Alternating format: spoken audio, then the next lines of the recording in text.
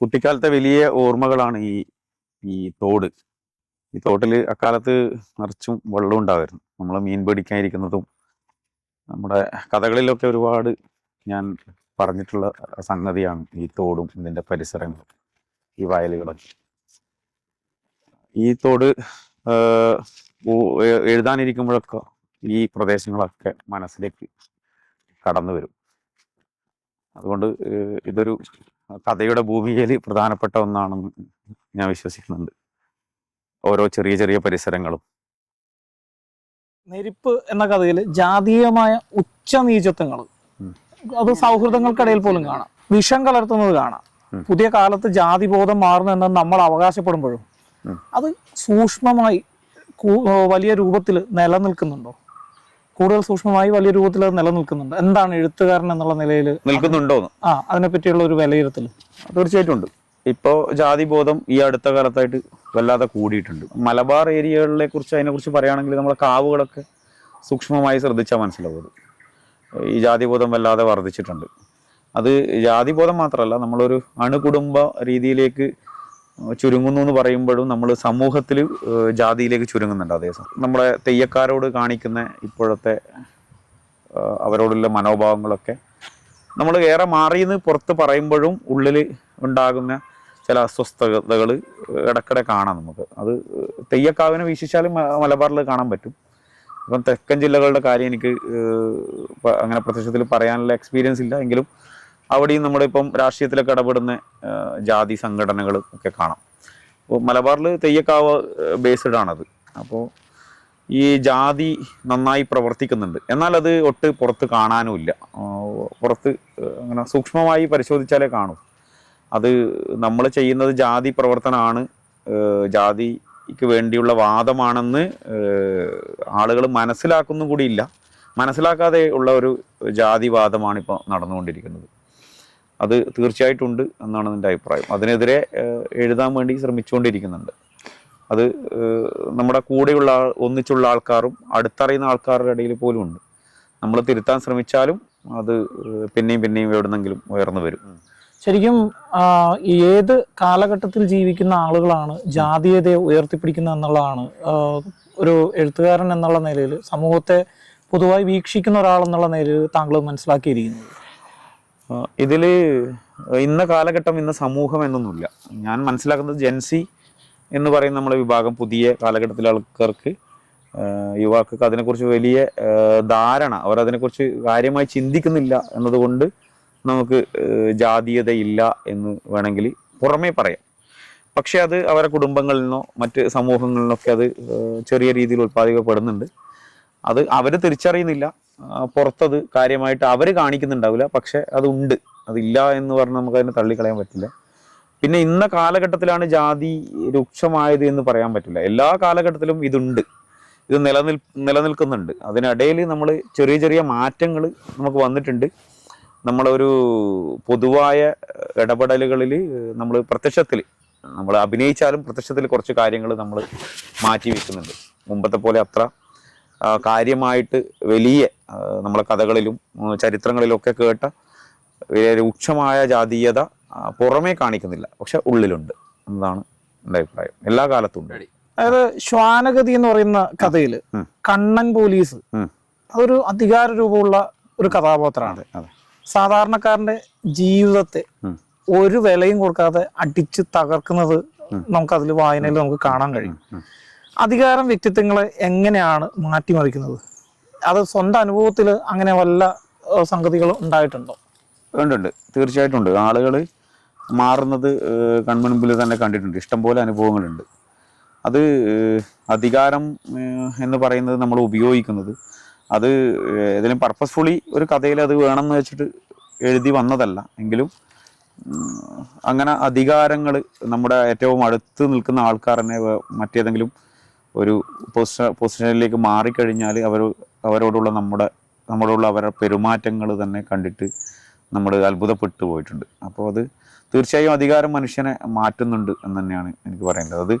അതിൽ മറ്റ് ബന്ധങ്ങളൊന്നും കാണേണ്ടതില്ല. അത് ആൾക്കാർ മാറും, തീർച്ചയായും മാറും.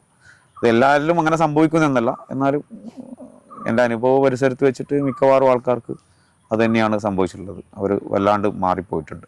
അതായത് നമ്മുടെ ഈ നരിക്കോട് എന്ന് പറയുന്ന നാട് ഈ നാട്ടിൽ ഒരുപാട് കലാകാരന്മാരുള്ള നാടാണ്. അപ്പം ഇവിടുത്തെ നാടക സംഘങ്ങൾ, നാടക പ്രവർത്തനം, അത്തരം ആളുകൾ എങ്ങനെയാണ് ഒരു എഴുത്തുകാരൻ എന്നുള്ള നിലയിൽ പ്രചോദനമായിട്ടുള്ളത്? ചെറുപ്പം മുതൽ എനിക്ക് തോന്നുന്നു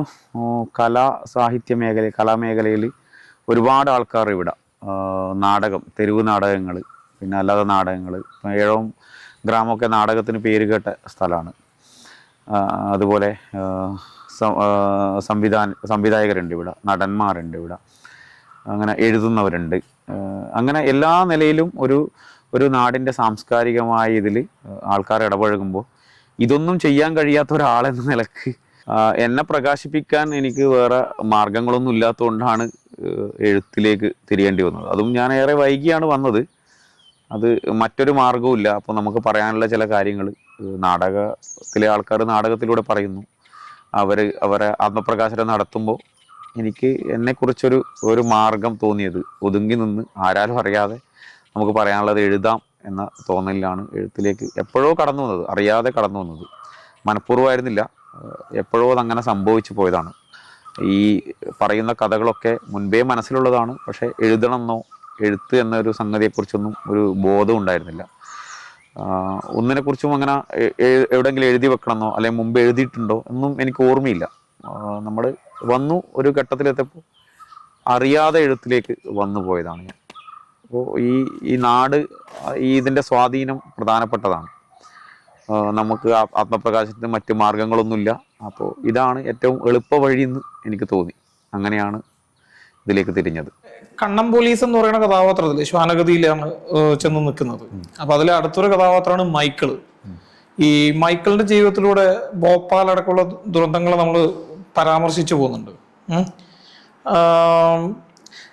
ഇത്തരം കാര്യങ്ങൾ രാഷ്ട്രീയപരമായി വലിയ പരാജയങ്ങളാണ് സൂചിപ്പിക്കുന്നത്. ഭോപ്പാൽ പോലെയുള്ള ദുരന്തങ്ങൾ, ഇത്തരം വലിയ ദുരന്തങ്ങൾ വ്യക്തി ജീവിതങ്ങളെ എങ്ങനെയാണ് അനാഥമാക്കുന്നത് എന്നാണ് കരുതുന്നത്? അതിലൊരു പ്രമേയവും അതിന്റെ അർത്ഥതലങ്ങളും കൂടിച്ചേരുമ്പോൾ എന്താണ് അത്? വ്യക്തി ജീവിതങ്ങളെ ഇപ്പോൾ ഭോപ്പാലിലൊക്കെ എത്രയോ മനുഷ്യർ ഇപ്പോഴും കഷ്ടപ്പെടുന്ന മനുഷ്യരുണ്ട്. അപ്പോൾ വലിയൊരു ദുരന്തം സംഭവിച്ചു കഴിഞ്ഞാൽ ഒരു സമൂഹത്തിന് നഷ്ടമാവുന്നത് ഓരോ വ്യക്തിക്കും പ്രത്യേക നഷ്ടങ്ങളുണ്ടല്ലോ. ചില ആൾക്കാർ അതിൽ നിന്ന് കരകയറി പോകും, ചില ആൾക്കാർ അതിൽ തന്നെ വീണ്ടും നിൽക്കേണ്ടി വരും, മാനസികമായിട്ടും ശാരീരികമായിട്ടൊക്കെ. അപ്പം അത് നമ്മൾ കഥകളിൽ വരുമ്പോൾ നമ്മൾ കാണാത്ത ഒരു പരിസരം കൂടിയാണെങ്കിൽ കൂടി, കഥാപരിസരമാണ് നമ്മൾ അതിലേക്ക് നഷ്ടം എല്ലാ മനുഷ്യർക്കും, ചെറുതും വലുതുമായ നഷ്ടങ്ങളുടെ വേദന എല്ലാ മനുഷ്യർക്കും മനസ്സിലാക്കാൻ പറ്റുമെന്നാണ് ഞാൻ കരുതുന്നത്. അപ്പോൾ അങ്ങനെ നോക്കുമ്പോൾ ഏത് ദുരന്തത്തിൻ്റെയും വ്യാപ്തിയും അതിൻ്റെ വേദനയും എനിക്കും കൂടി ഈ ലോകത്ത് നിന്നിട്ട് വാർത്തകളിലൂടെയും മറ്റും മനസ്സിലാകും. നമ്മൾ കേട്ട് പരിചയിച്ച വലിയ ദുരന്തത്തിൻ്റെ ഇതെന്താണെന്ന് അതിൻ്റെ വശമൊന്നും പറയുന്നില്ലെങ്കിൽ കൂടി അത് ഒരു ആളുകൾ കാരണമാകുന്ന, അയാളുടെ രക്ഷപ്പെട്ട് ഓടിപ്പോയി വീണ്ടും അയാൾക്ക് വലിയൊരു ദുരന്തത്തെ അവിടെ നേരിടേണ്ടി വരുന്നതെന്ന് കാണിക്കാൻ വേണ്ടിയിട്ട് മാത്രമാണ് അത് പരാമർശിച്ചു പോയത് ആ കഥയിൽ. സത്യത്തിൽ മനുഷ്യബന്ധങ്ങളുടെ വിശ്വാസ്യത നഷ്ടപ്പെടുന്നതാണോ ഈ മൃഗങ്ങളോടുള്ള ഒരു അടുപ്പം എന്നുള്ള രീതിയിൽ ഈ കഥയിൽ പറഞ്ഞു പോകാൻ കാരണം? അതിൽ അങ്ങനെ ഒരു വായനയുണ്ട് യഥാർത്ഥത്തിൽ. കാരണം നമുക്ക് മനുഷ്യരെ തീരെ വിശ്വസിക്കാൻ പറ്റാത്ത പല അനുഭവങ്ങളും നമുക്ക് എല്ലാവർക്കും ഉണ്ടാവും, പരസ്പരം ഉണ്ടാവും. ഏത് നിമിഷമാണ് മനുഷ്യൻ മാറുന്നത് എന്ന് പറയാൻ പറ്റില്ലല്ലോ. അപ്പൊ ആ ഒരു ചിന്ത ചെറുപ്പം മുതൽ നമുക്ക് എല്ലാവരിലും കിട്ടുന്ന പോലെ പല അനുഭവങ്ങൾ എനിക്കും ഉണ്ടായിട്ടുണ്ട്. ഈ മനുഷ്യന്റെ പെട്ടെന്നുള്ള മാറ്റം, വിശ്വസിക്കാൻ ഏത് നിമിഷവും നമ്മൾ ചതിക്കപ്പെടാം എന്നുള്ളൊരു ആശങ്ക ഉണ്ട്. മൃഗങ്ങളെ സംബന്ധിച്ച് അങ്ങനെ ഒരു സംഗതി നമുക്കില്ല. പ്രത്യേകിച്ച് പട്ടികളൊക്കെ അത്രയും വിശ്വസ്തരായിട്ട് നമ്മളെ സ്നേഹത്തോടെ, അതൊരു അടിമത്തം കൂടിയാണ്, അത് കഥയിൽ പരാമർശിക്കുന്നുണ്ട്. എങ്കിൽ കൂടിയും ആ പട്ടി അതിൽ ഒരിക്കലും അങ്ങനെയല്ല അതിനെ കാണുന്നത്. നമ്മൾ ഒരു യജമാനൻ എന്ന നിലക്കാണ് പട്ടിയോടുള്ള സ്നേഹം നമ്മൾ പ്രകടിപ്പിക്കുന്നത്. പട്ടി തിരിച്ചൊരു അടിമത്ത ഭാവത്തിലാണ് അത് നോക്കുന്നതെങ്കിൽ കൂടി അങ്ങനെയല്ലാത്ത മൃഗബന്ധങ്ങളും ഉണ്ട്. അപ്പോൾ മനുഷ്യനേക്കാൾ ഏറെ മൃഗങ്ങൾ സ്നേഹിക്കുന്നോ അവരെ വിശ്വസിക്കാം എന്ന് മാത്രമല്ല,